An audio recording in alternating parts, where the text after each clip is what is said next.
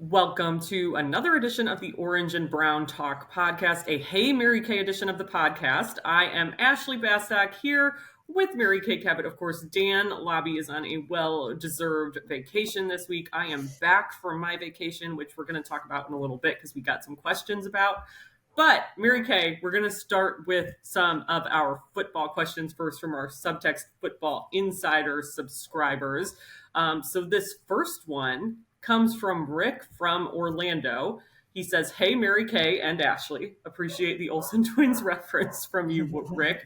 As you may have noticed, the Brown seasons don't always play out as well as we fans expect, and this year we're more optimistic than ever. Excluding the season-ending injury to a key player, what aspect of the team do you maybe worry has the potential to not live up to fans' expectations this year?" I think the only thing that could derail this is if Deshaun isn't what Deshaun is supposed to be. If he's not the Deshaun Watson that everyone expects him to be. If that, for some reason, just doesn't come together the way that it did. I find it hard to believe that he would just lose his ability to play football, that he would lose his ability to be an elite quarterback after those 700 days off. But a lot of things have to come together.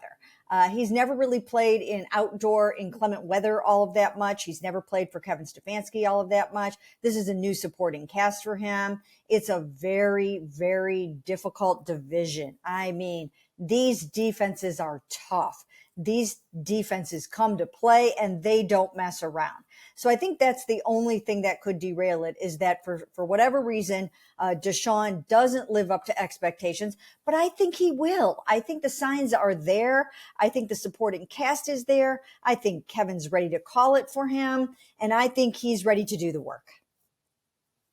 Yeah, that was kind of my thinking. And it's also like, if he doesn't, it's not even just like for me, if he doesn't live up to expectations, because kind of like you, I feel like he's on the right track. But it's like, if he doesn't jump to those expectations quickly enough, given the 3 division games in the first 4, like that was kind of my first thought.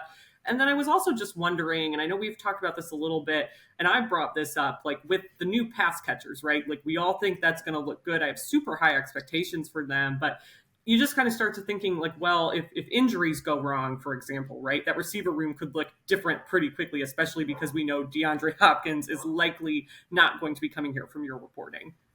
Yeah, you know what? I think the fact that Amari Cooper went out and had the core muscle surgery, makes me feel a lot more confident for the Cleveland Browns about them having a good receiving core. If he had not done that surgery, I think I would have been concerned for them about him re-injuring that, because, when he did that down the stretch last season, he was not himself thereafter. He really struggled to run.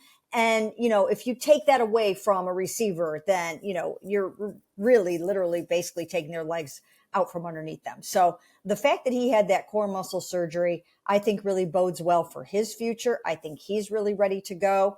I think so far Elijah Moore has looked really, really good. I think that, we sort of all expect him to have this natural chemistry with Deshaun. So far we're seeing that.